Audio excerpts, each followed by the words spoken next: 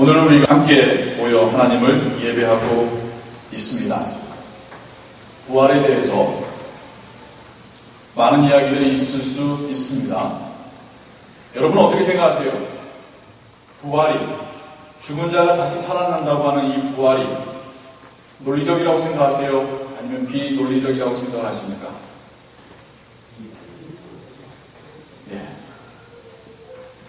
사도 바울이 이게 논리적인지 비논리적인지 설명을 너무나도 잘 해놨습니다. 고린도 교회를 향하여 쓴 편지에 예수님의 부활에 대하여서 그가 어떻게 설명하고 있는지 저와 여러분들이 함께 또 읽고 묵상하기를 원합니다.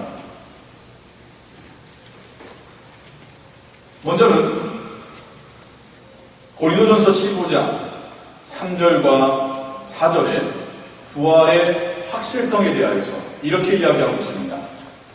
내가 받은 것을 먼저 너희에게 전하였노니, 사도 바울이 말하는 받은 거라는 것은 주 예수 그리스도께 받은 복음을 의미합니다.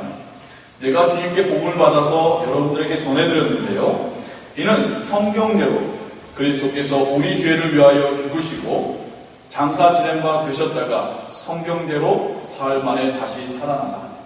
성경대로라고 하는 표현이 두 번 연속으로 나오는데, 그 성경대로가 가리키고 있는 것은 그리스도께서 죽으시는 것과 또 그리스도께서 다시 살아나시는 것에 대하여서 성경대로라는 말로 이것을 수식하고 있습니다. 무슨 말이냐? 사도 바울은 주님께서 십자가에서 죽으실 것과 부활하실 것이 우연히 된 일이거나 아니면 주님의 힘이 없어서 십자가에 죽으셨던 것이 아니라 이미 하나님께서 그 구약의 기록 가운데, 그 오래전 예언 가운데 이것을 말씀하셨다라고 하는 것입니다. 사도 바울은 부활이 확실한 것이 우연히 된 일이 아니라 어쩌다 보니 기절했던 주님이 다시 깨어나신 게 아니라 이미 하나님께서 예언하시고 약속하셨던 일이 이루어진 것이다 라고 말하고 있습니다. 두 번째로 바울은 부활이 확실하다는 것을 5절부터 8절에서 증인들을 가지고 또 설명합니다.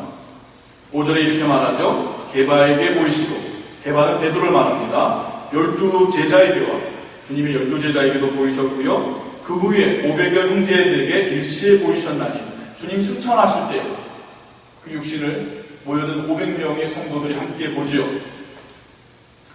그리고 7절에요. 그 후에 야고보에게 보셨으며, 여기서 야고보는 핍박받고 순교당하여 죽은 교회의 리더를 말합니다.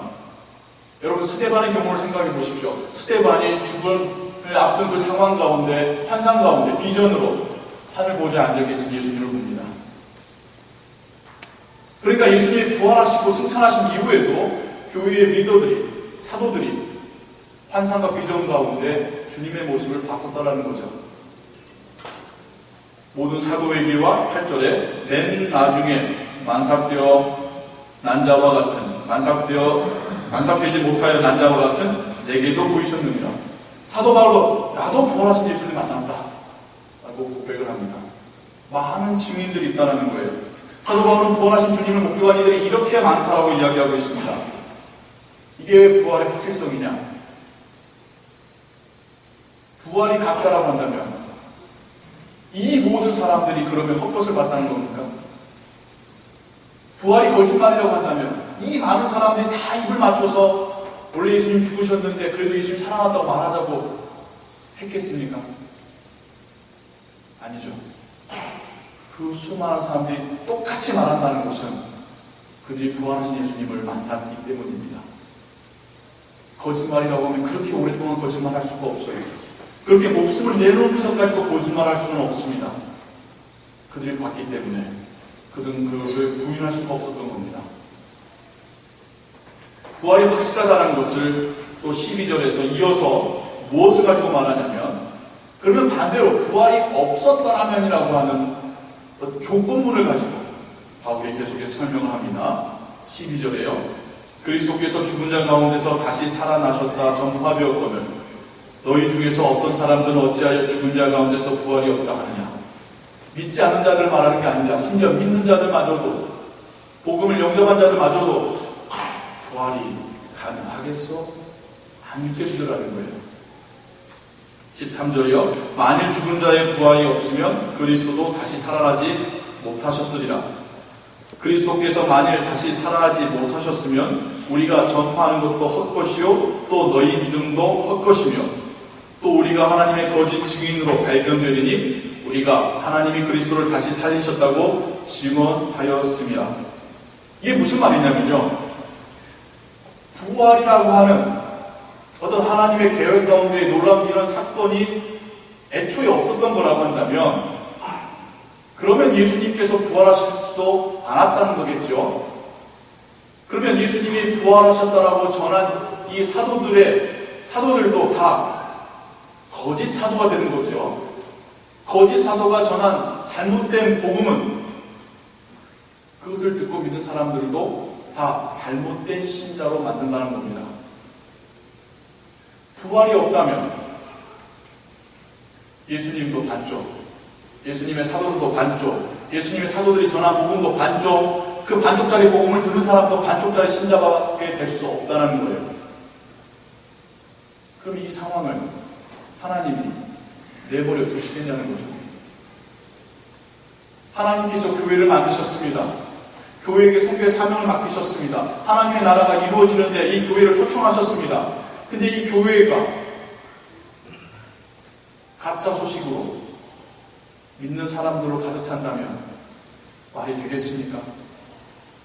사도들이 예수님 사실 돌아가셨지만 그 사람들 우리 인커러지하기 위해서 거짓말하자, 선의의 거짓말하자. 그 사람들이 그런 마음을 먹는 것을 하나님께서 내버려 주셨겠습니까? 하나님을 믿는다면, 하나님 살아계신 걸 믿는다면 교회가 이 복음이 전파되고 이 복음을 믿고 신자가 되고 이방 땅에 계속해서 교회가 세워져가는 그 역사가 하나님께서 일어나게 하셨겠습니까? 가짜 복음이라면, 그게 거짓이었다면 하나님은 그 복음의 능력으로 함께하지 않으셨을 것입니다. 부활이 없었다고 가정하자면 그런 일들이 있을 수 없는 거예요. 또 이렇게 부활이 확실하다는 것을 사도 바울이 증명합니다. 16절에요. 만일 죽은 자가 다시 살아나는 일이 없으면 그리스도도 다시 살아나신 일이 없었을 터이요. 그리스도께서 다시 살아나신 일이 없으면 너희 믿음도 헛되고 너희가 여전히 죄 가운데 있을 것이요.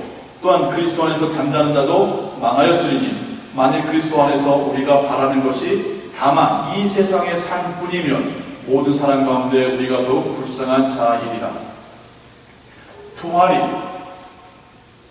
하나님의 계획과 하나님의 능력 가운데 없다라고 하면 자꾸 우리가 조건을 달아보자고요. 하나님께서는 우리를 대신하여 예수님을 죽기까지는 하실 수 있어도 예수님을 살리실 생각이나 우리를 다시 부활시킬 생각이나 그런 능력이 없다라고 한번 생각을 해보자고요. 예, 그럼 당연히 그리스도 부활하신 게 아니었겠죠. 뿐만 아니라 그리스도를 믿는 자들도 부활하지 않을 겁니다. 그렇잖아요, 논리적으로. 부활하지 않으면 하나님 나라에 들어가서 하나님과 함께 영원히 살 수가 없습니다. 부활이 없다면 예수 그리스도를 믿는 것이 의미가 없어져요. 왜요? 하나님의 나라가 이루어지지 않을 테니까. 아, 내 죄 용서받았구나라는 것으로 죽어서 소멸하는 것으로 끝나버리니까요. 이제까지 하나님께서 창세기에서부터 그렇게 우리를 구원하셔서 하나님 나라를 만드시려는 그 모든 계획들이 부활이 없다면 이루어지지 않는 거예요. 부활이 없다는 것은 이 세계에서의 삶의 끝이 영원한 끝이라는 거잖아요. 우리가 소멸돼서 우리의 영혼도 육신도 다 없어질 거란 뜻이지 않습니까? 그럼 하나님 나라가 무슨 의미가 있겠습니까? 예수님은 분명하게 하나님이 우리 가운데 오셔서 함께 하시는 영원한 나라를 하나님 나라로 말씀하셨는데 부활하지 않으면 그 나라에 살 수 없지 않습니까? 죽음 이후에 세계가 있다면 부활이 있어야만 합니다. 그래야지 그 세계가 어떤 세계인지 말이 될 거 아니겠습니까? 하나님의 나라를 완성하려면 부활한 성도들이 있어야 합니다. 부활이 없다면 하나님의 이 계획이 완성될 수가 없습니다. 예수님의 죽음은 죽음으로 끝나게 되는 겁니다. 성도들의 죽음도 죽음으로 끝나게 되는 겁니다. 그러면 성도들이 살아있는 동안 열심히 신앙생활할 이유도 없죠. 죽으면 끝인데요. 지금껏 하나님께서 하신 그 모든 일들이 다 무의미해지는 겁니다. 부활이 없다면. 그래서 여러분 다시 한번 생각해 보자고요. 부활이 없는 게, 부활이 비논리적인 것인가? 하나님을 믿고 하나님의 나라를 믿는다면 부활이 없다는 게 비논리적인 거죠. 부활이 있어야만 됩니다. 있을 수밖에 없습니다. 하나님은 부활이라고 하는 놀라운 사역을, 놀라운 이적을 우리 모두를 위해서 준비해 놓으셨습니다. 한국말에 창문도 위아래가 있다 하죠. 부활에도 순서가 있더라고요. 사도 바울이 계속해서 20절부터 이렇게 설명을 합니다. 그러나 이제 그리스도께서 죽은 자 가운데서 다시 살아나사 잠자는 자들의 첫 열매가 되셨도다. 부활의 첫 번째 열매는 예수님이시라는 거예요. 사망이 한 사람으로 말미암았으니 죽은 자의 부활도 한 사람으로 말미암는도다. 첫 번째 사람 아담으로 인해서 우리에게 사망이 찾아왔다고 한다면 이제 마지막 아담인 예수 그리스도로 인하여서 부활이 우리에게 주어지게 되었다. 22절에요. 아담 안에서 모든 사람이 죽음같이 그리스도 안에서 모든 사람이 삶을 얻으리라. 23절 그러나 각각 자기 차례대로 되리니 먼저는 첫 열매이신 그리스도요 다음에는 그가 강림하실 때에 그리스도에게 속한 자요. 주님께서 이 땅 가운데 재림하실 때에 우리 모두가 부활할 거라는 겁니다. 그 후에는 마지막이니 그가 모든 통치와 모든 권세와 능력을 멸하시고 나라를 아버지 하나님께 바칠 때라. 그가 모든 원수를 그 발 아래 둘 때까지 반드시 왕노릇 하시리니 맨 나중에 멸망받을 원수는 사망이니라. 예수님이 우리 가운데 오심으로 인하여서 먼저 잠자던 성도들이 부활할 겁니다. 우리가 살아생 전에 주님이 오시지 않는다면 그때 우리도 부활할 겁니다. 우리가 살아있을 때 주님이 오신다면 우리는 산채로 우리의 부활을 경험하게 될 겁니다. 그리고 주님은 모든 만물을 주의 이름으로, 하나님의 이름으로 심판하시고 그 마지막 모든 것이 정리된 다음에 하늘 아버지께 바쳐드리고 그 마지막으로 사단이 영원히 감금되는 정죄를 받게 될 것입니다. 예수님께서 부활의 첫 열매이십니다. 하나님은 예수님을 부활시키지 않고도 우리 하늘로 승천시키실 수 있으셨어요. 굳이 부활을 제자들에게 보여주지 않으시고도 마지막 날 다시 재림하실 수 있으셨습니다. 그런데 그것을 보여주셨어요. 예수님을 부활시키셨습니다. 우리를 위해서 우리에게 부활을 보여주시고 약속해 주시려 주님을 부활시키셨습니다. 그리고 주님의 부활은 단지 우리에게 우리도 부활하겠네만의 의미만 있는 게 아니에요. 나중에 더 보겠습니다만은 이것이 사단과의 전쟁에서 완전한 승리의 마침표가 되는 겁니다. 35절부터 바울은 그러면 부활한 우리들의 육신이 어떠할 것인지에 대한 이야기를 해줘요. 여러분도 부활 이야기하면 궁금하잖아요. 내가 부활한다면 어떤 모습으로 부활할까? 부활할까? 20대의 모습일까? 아니면 죽기 직전에 나이로 다시 부활할 것인가?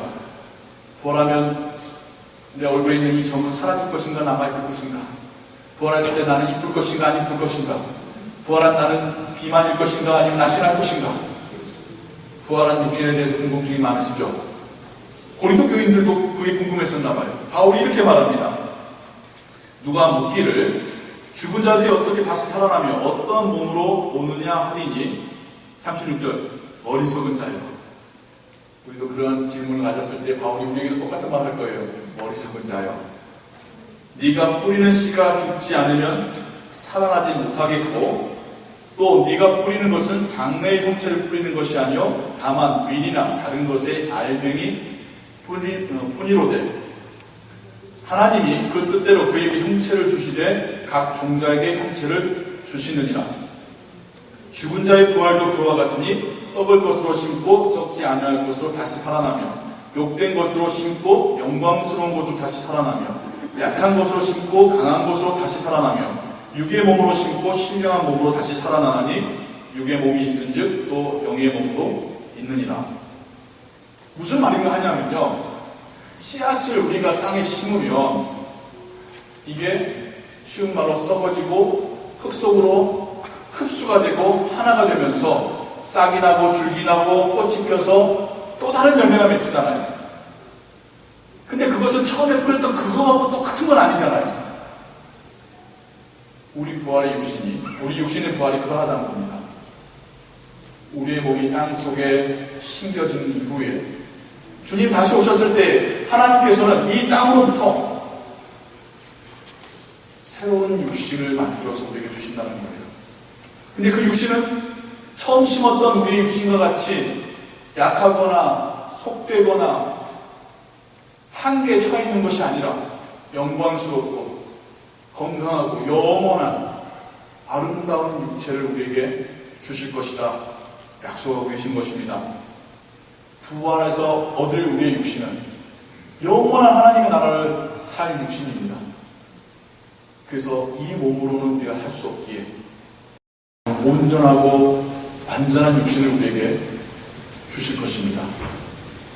때론 이런 질문을 들어요. 목사님, 화장을 하면 부활 못하는 걸까요? 그게 이 말씀에 대해서 제대로 이해 못하는 거예요. 매장을 해야지만, 그래서 관 속에 있는 그 몸이 나중에 다시 부활할 거로 생각하시는 거죠. 아니요. 하나님은요, 애초에도 먼지로 우리를 만드셨듯이 우리의 몸이 자연으로 돌아간다 할지라도, 우리의 육신의 몸이 자연으로 돌아간다 할지라도, 그래서 거기서 썩어서 먼지가 된다 할지라도 하나님은 마지막 날에 다시 우리의 육신을, 새로운 육신을 만들어서 우리에게 주실 것입니다. 염려하지 마세요. 하나님의 능력은 우리의 몸이 화장되어 제거되어 뿌려진다 할지라도 아름답고 온전한 육신을 우리에게 만들어 주실 것입니다. 50절부터 또 부활의 육신에 대해서도 이렇게 말합니다. 형제들아, 내가 이것을 말하노니 혈과 육은 하나님 나라를 이어받을 수 없고 또한 썩는 것을 썩지 아니하는 것을 유업으로 받지 못하느니라. 보라, 내가 너희에게 비밀을 말하노니 우리가 다 잠잘 것이 아니요 마지막 나팔에 순식간에 소련이 다 변화되리니 나팔 소리가 나매 죽은 자들이 썩지 아니할 것으로 다시 살아나고 우리도 변화되리라. 이 썩을 것이 반드시 썩지 아니할 것을 입겠고 이 죽을 것이 죽지 아니함을 예부리로다. 부활해서 우리가 갖게 될 그 육신은 지금 이 생에서 우리가 지금 갖고 있는 이 자연적인 육신과는 어떤 점에서는 비슷하고 어떤 점에서는 다르다는 거예요. 비슷한 점은 형체에 있어서는 비슷할 겁니다.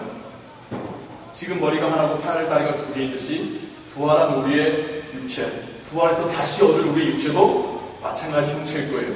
머리가 둘이거나 팔다리가 4개, 5개는 아닐 거예요. 날개도 달려있지는 않을 거예요. 날개를 천사한테나 달려주시 우리한테 주실 건 아닙니까? 그리고 부활한 육체도 일상의 삶을 살게 될 겁니다. 먹게 될 겁니다. 말하게 될 겁니다. 하나님을 찬양하게 될 겁니다. 하나님과 함께하는 그 삶 가운데 무언가를 할 수 있는 그런 육신을 갖게 될 거예요.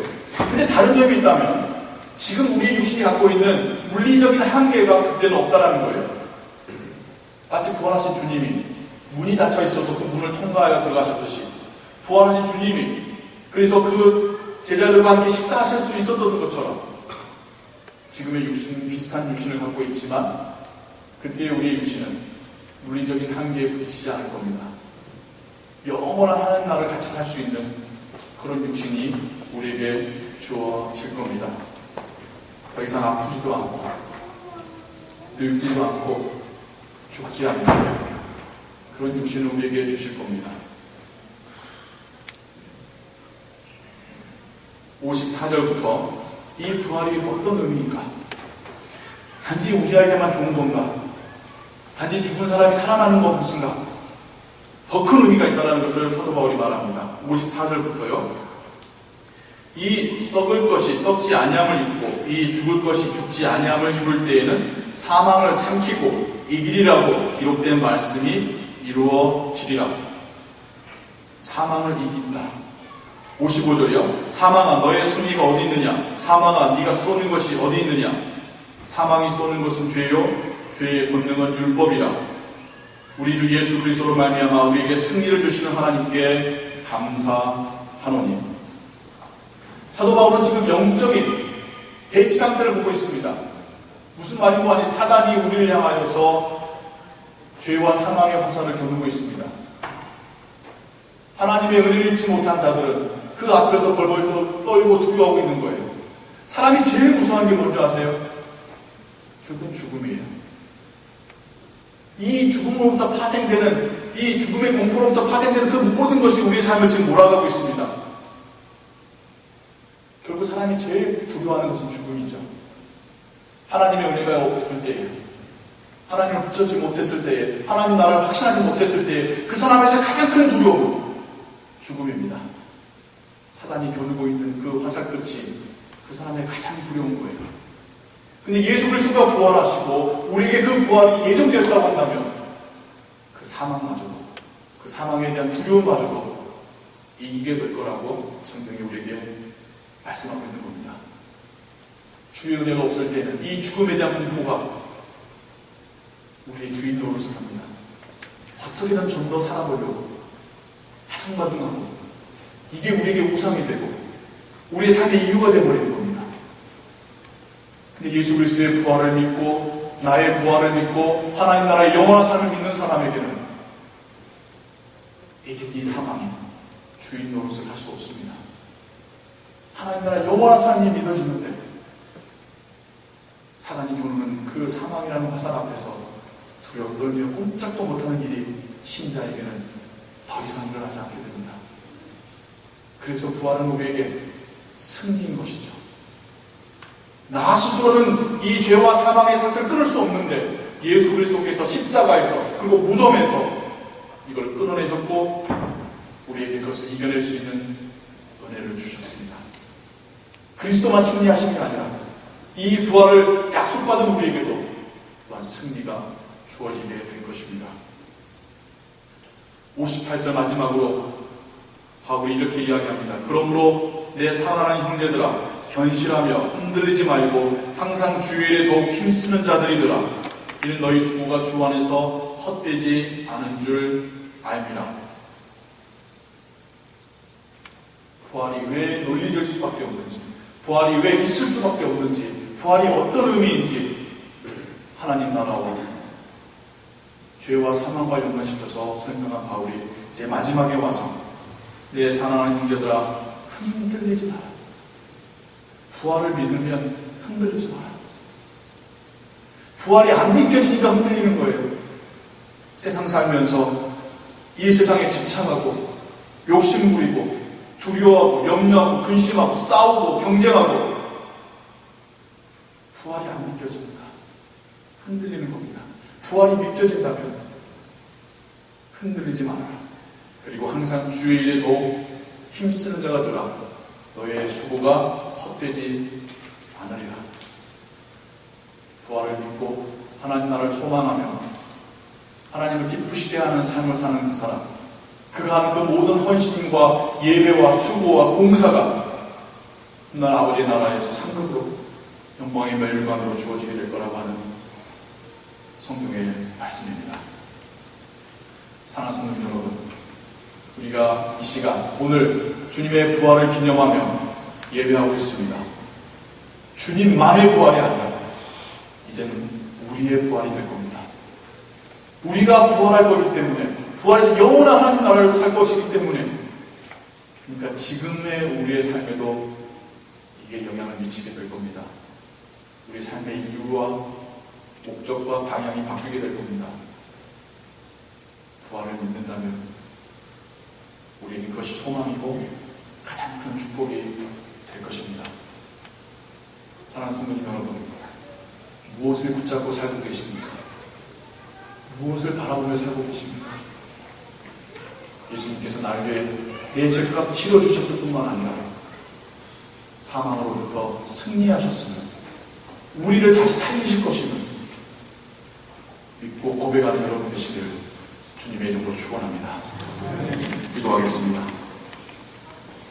하나님 아버지, 주님 부활하셨습니다. 우리도 부활할 것을 믿습니다. 부활하여 새롭고 온전하고 영광스러운 육신을 입어 하나님과 함께 영원히 살게 될 것을 믿습니다. 이 믿음이 우리 삶 가운데 힘이 될 것이고 소망이 될 것이고 위로가 될 것이고 축복이 될 줄로 믿습니다. 나만의 부활이 아니라 우리 가족의 부활로, 우리 교회 공동체의 부활로, 모든 믿는 자들의 부활로 우리가 부활에 대한 온전한 믿음과 이해를 갖게 하시고 이 믿음이 우리의 삶의 담대함으로 나타나게 하여 주옵소서. 그리스도의 십자가와 부활을 감사드리오며 예수 그리스도의 이름으로 기도하옵나이다. 아멘.